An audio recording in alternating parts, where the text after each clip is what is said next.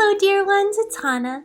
So, I wanted to tell you on this amazing 11/11 day, in case you didn't know, that 11/11 is a portal or a gateway. It's an amazing time to bring in the energy of what you do want in the world and really focus on that and bring forth the future that we're dreaming into being.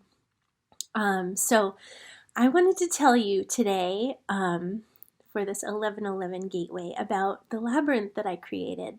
So a couple of months ago, I had a BQH trade session with another dear friend and fellow practitioner, Ben Bowden, who lives in New Hampshire. And during that session, I saw a vortex here on our land. And the vortex, I actually saw a vortex in Portland that was cleansing and healing Portland, which is the city about a half hour south of where I live.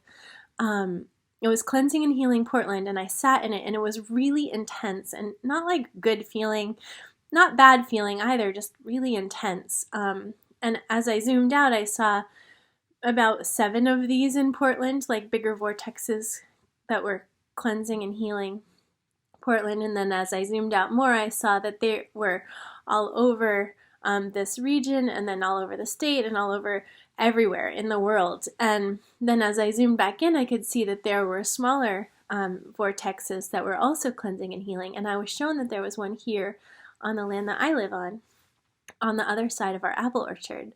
So this one here was shown to be sort of smaller and more gentle, and also for cleansing and healing, but more for this property and the people and, animals, beings, and whatnot on it and that come here. And so I was told that I needed to mark this vortex and make it into a sacred, power spot or sacred site. And so I was shown that I would be creating a labyrinth around it and a circle of stones. And so that was back in September, I think. And I started by placing the very first stone, which was a really large piece of quartz that I brought back from a local mountain here, Tryon, earlier in the summer. And I wasn't sure what I was going to do with it, but I just knew it needed to come home with me. So I went out and I found the place of the vortex and I placed that. And then as time went on, my kids and I go out for a walk every morning as part of our homeschool routine. And so we would gather 2 or maybe a few more sometimes, but at least 2. We tried to gather 2 stones every day to add until we had a circle built around the vortex. And then we started adding more stones and making it into a labyrinth. And so we would add 1 ring at a time and then another ring.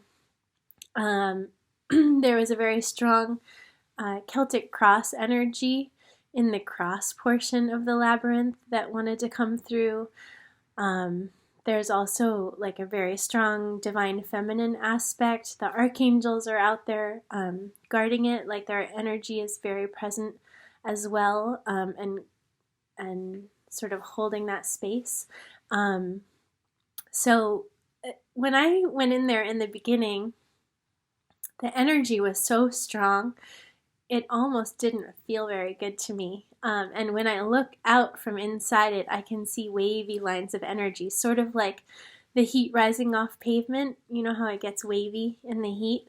And as I've gone in more and more, it's softened quite a lot. So I finished building the labyrinth on the 24th of October, and I've been walking it every day since. And there are friends from all over the world and all over our country in the United States sending stones to add to it to create paths of light between here and where they live and add to the energy and sort of make a more physical connection between us as well and between our heart lights. And so as I received these in the mail, each of the stones has told me where it wants to go in the labyrinth, and it's so beautiful. I really would love to share it with you guys when I can figure out how to record out there, but I'll post some pictures at the end of what I have taken, which is mostly from the ground, but maybe it will give you enough of an idea. But as time has gone on,